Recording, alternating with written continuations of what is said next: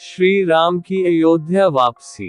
आश्विन माह में शुक्ल पक्ष की 10वीं तिथि को लंकापति रावण का वध करने के बाद श्री राम कार्तिक अमावस्या के दिन अपने राज्य कौशल वापस लौट रहे थे। लंका से कौशल आने की अवधि में वे विभिन्न स्थानों पर रुकते हुए आते हैं। तुलसीदास कृत रामचरितमानस के अनुसार, रावण वध के पश्चात जब श्री राम की अयोध्या वापसी की बेला आई तो धर्म अधर्म के इस युद्ध में उनके साथी रहे नील, जामवंत, हनुमान, सुग्रीव आदि दुखी हो गए। अपने साथियों की मन स्थिति को भांपते हुए श्री राम ने उन्हें भी अपने साथ चलने के लिए कहा। श्री राम और उनके साथियों की इस यात्रा में पुष्पक विमान उनका वाहन बना। कुबेर का पुष्पक विमान उन्हें वायु मार्ग से अयोध्या ले जा रहा था, किंतु श्री राम मार्ग में कई स्थानों पर रुके।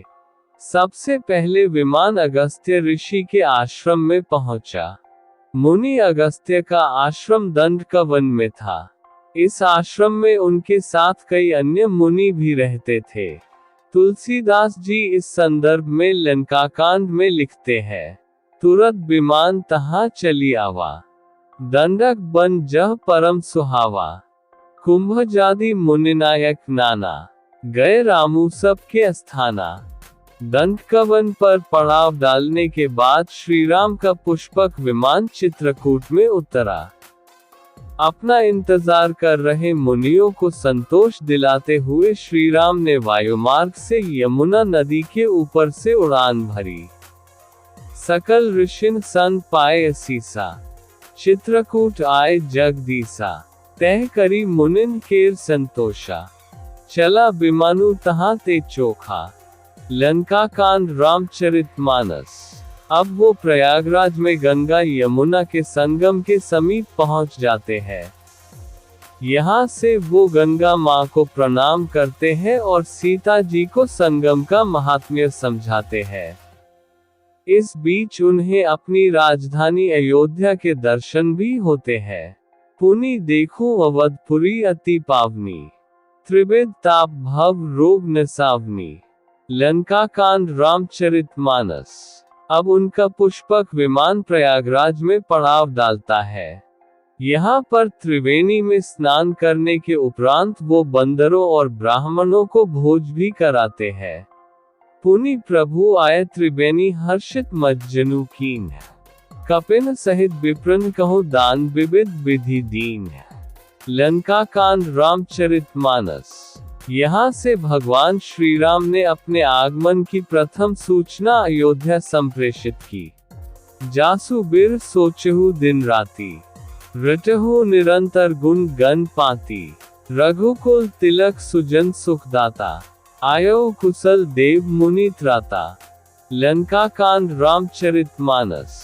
इसी दौरान श्री राम ने भरत को अपने आगमन की सूचना हेतु हनुमान को आदेश दिया कि ब्राह्मण का रूप धारण करके नंदीग्राम जाओ। रिपु रन जीती सुजसुर गावत, सीता सहित अनुज प्रभु आवत। सुनत बचन बिसरे सब दुखा, त्रिशावंत जिमी पाए पीयूषा। लंका कांड रामचरितमानस।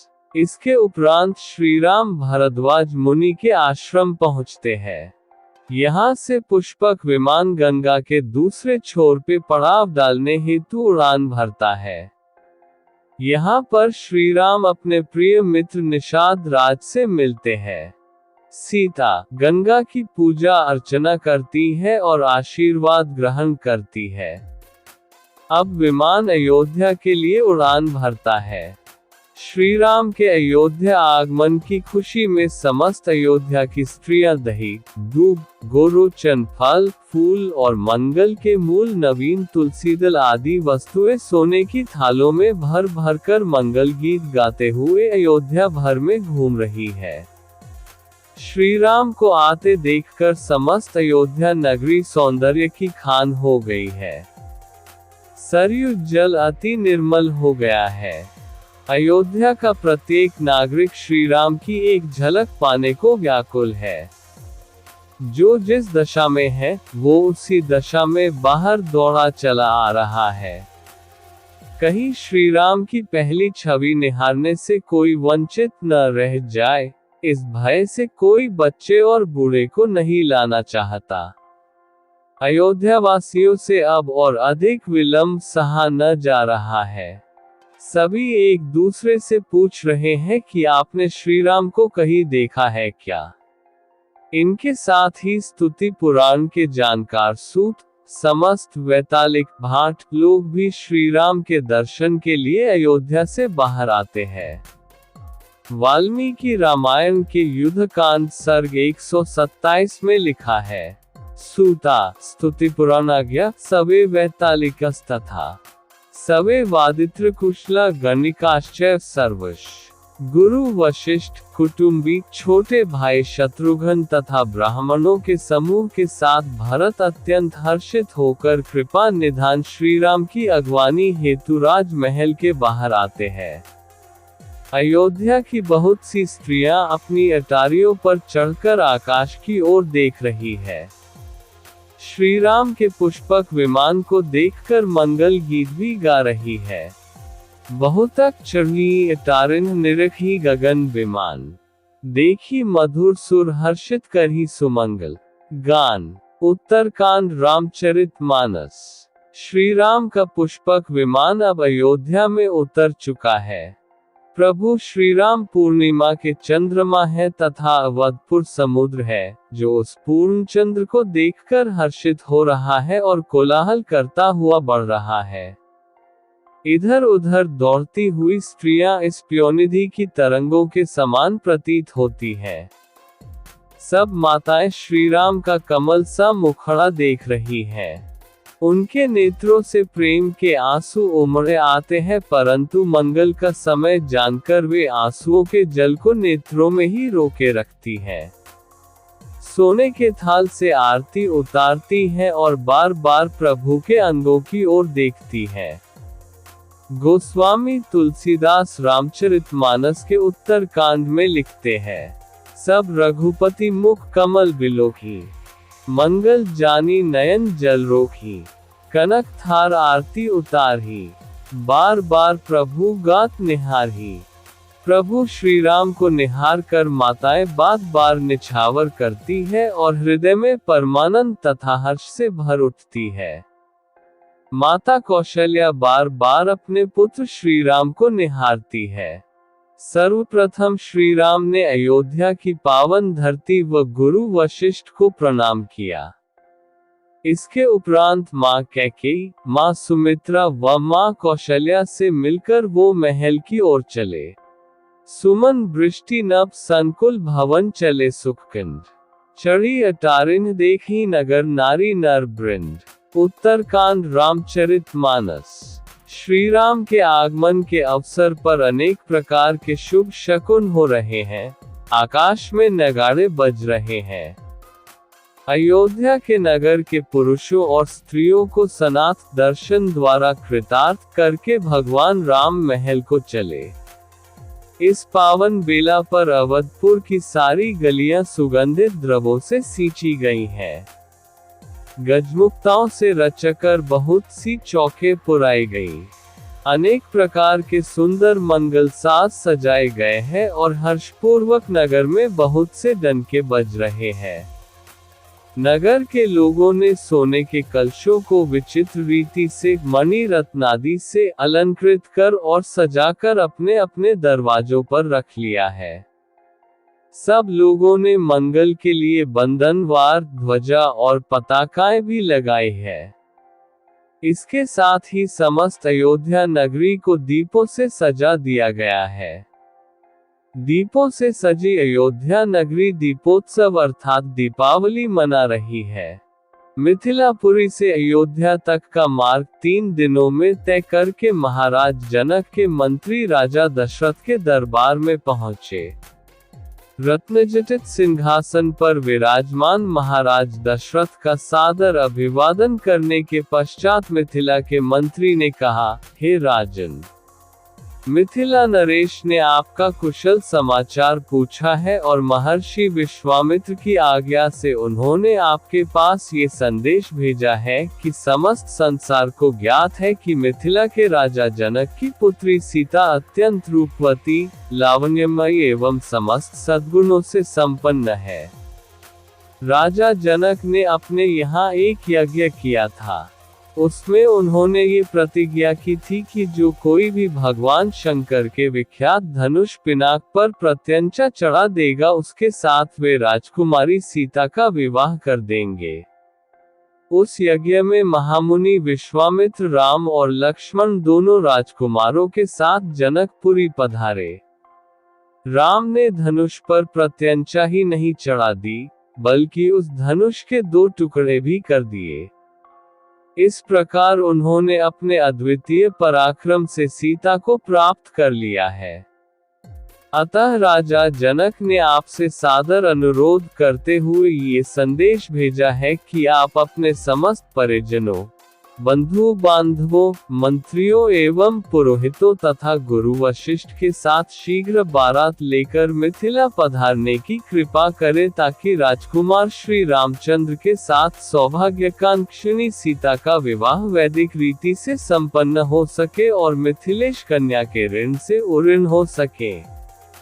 इस शुभ संदेश को सुनकर महाराज दशरथ अत्यंत प्रसन्न हुए। राम लक्ष्मण की कुशलता एवं अद्भुत पराक्रम का समाचार सुनकर उनका हृदय विभोर हो गया। वे मंत्रियों से बोले, मंत्रिवर, हमारा हृदय राम और लक्ष्मण से मिलने के लिए बहुत व्याकुल हो रहा है, इसलिए आप शीघ्र ही परिजनों एवं दरबार के सभासदों के साथ जनकपुरी चलने की व्यवस्था कीजिए। समस्त बंधु बांधवों, राज्य के प्रतिष्ठित सेठ साहूकारों, विद्वानों आदि सबको बारात में चलने के लिए निमंत्रण पत्र भिजवाइए। सेनापति जी से कहिए कि वे शीघ्र चतुरंगिनी सेना को तैयार होने का आदेश दें। यदि संभव हो तो ऐसी व्यवस्था कीजिए कि हम सब लोग कल ही प्रस्थान कर सके, क्योंकि हमारे समधी मिथिला नरेश ने हमसे बहुत शीघ्र मिथिलापुरी पहुंचने का आग्रह किया है। साथ ही परम पूज्य राजगुरु वशिष्ठ जी, वामदेव, जाबाली, कश्यप, मार्कंडेय, महर्षि कात्यायन आदि ऋषि मुनियों से भी यह प्रार्थना करें कि वे कल प्रातः काल ही हम लोगों के चलने से पहले ही जनकपुरी के लिए प्रस्थान कर जाएं। इस बीच में हम तीनों महारानियों को ये शुभ समाचार देने के लिए जाते हैं। इतना कहकर राजा दशरथ ने मंत्रियों को आदेश दिया कि वे मिथिला से आए हुए अतिथियों का उचित सत्कार करें और उनके खानपान, ठहरने आदि का समुचित प्रबंध करें। इसके पश्चात वे स्वयं राजप्रासाद के अंतःपुर में पहुंचे और तीनों रानियों को बुलाकर यह शुभ संवाद सुनाया। शीघ्र ही यह समाचार संपूर्ण अयोध्या नगरी में फैल गया। घर घर में मंगलगान होने लगे, नृत्य संगीत का आयोजन होने लगा। महाराज की आज्ञा पाकर मंत्रीगण तथा भृत्यगण विवाह की तैयारियों में जुट गए। जन जन के मन में अद्भुत उत्साह था। ऐसा प्रतीत होता था जैसे प्रत्येक व्यक्ति के भीतर विद्युत का संचार हो गया है। सभी लोग अभूतपूर्व द्रुतगति से समस्त कार्यों को संपन्न कर रहे थे। अर्धरात्रि होते होते चलने की सारी तैयारियां पूर्ण हो गईं और दूसरे दिन दल बल के साथ राजा दशरथ रवाना हो गए। 4 दिनों तक चलने के पश्चात बारात मिथिलापुरी पहुंची। ये ज्ञात होते ही कि अयोध्या नरेश ऋषि मुनियों, मंत्रियों, परिजनों एवं अपनी संपूर्ण मंडली के साथ नगर के निकट आ पहुंचे हैं। मिथिला नरेश जनक अपने मंत्रियों, पुरोहित, मुनियों, विद्वानों आदि को साथ लेकर उनकी अगवानी के लिए नगर के मुख्य द्वार पर जा पहुंचे। उन्होंने बड़े आदर के साथ राजा दशरथ की अभ्यर्थना करते हुए कहा, हे नृपश्रेष्ठ, आपके दर्शन करके मैं कृतज्ञ हुआ और आपके पदार्पण करने से जनकपुरी की भूमि धन्य हुई। आपने सीता को अपनी कुलवधू के रूप में स्वीकार करके मेरे वंश को सम्मानित किया है। यह मेरा सौभाग्य है कि आज मिथिलापुरी में महर्षि वशिष्ठ, वामदेव, मार्कंडेय एवं कात्यायन जैसे परम तपस्वी महात्माओं के चरण पड़े हैं। मैं नहीं समझ पा रहा हूँ कि इस असाधारण सम्मान को पाकर किस प्रकार अपने भाग्य की सराहना करूँ।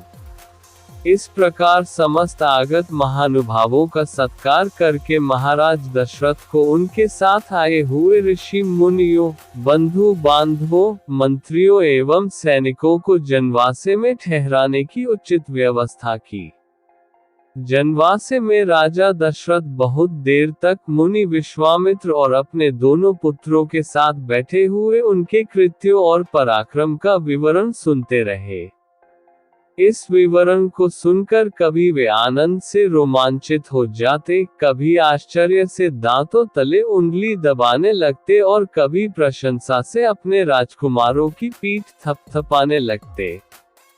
बातचीत करने के पश्चात भोजनादि से निवृत्त होकर वे विश्राम करने चले गए। ये कहानी श्रीराम और सीता के विवाह की पृष्ठभूमि का वर्णन करती है।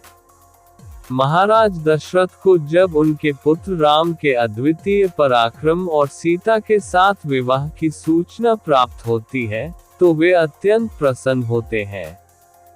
मिथिला नरेश जनक द्वारा भेजे गए संदेश से वे आह्लादित हो उठते हैं और तुरंत अपनी बारात लेकर मिथिला जाने की तैयारियों में जुट जाते हैं। दशरथ ने अपने समस्त परिजनों, मंत्रियों, राज्य के प्रतिष्ठित नागरिकों और ऋषि मुनियों को इस शुभ अवसर के लिए आमंत्रित किया। अगले दिन वह अपने परिवार और सेना के साथ जनकपुर के लिए प्रस्थान करते हैं। 4 दिनों की यात्रा के बाद बारात मिथिला पहुंचती है, जहां राजा जनक बड़े आदर से उनका स्वागत करते हैं और अपनी पुत्री सीता के विवाह के लिए राम के अद्वितीय पराक्रम की प्रशंसा करते हैं। यह विवरण हमें भारतीय संस्कृति में विवाह की पवित्रता और आदान प्रदान की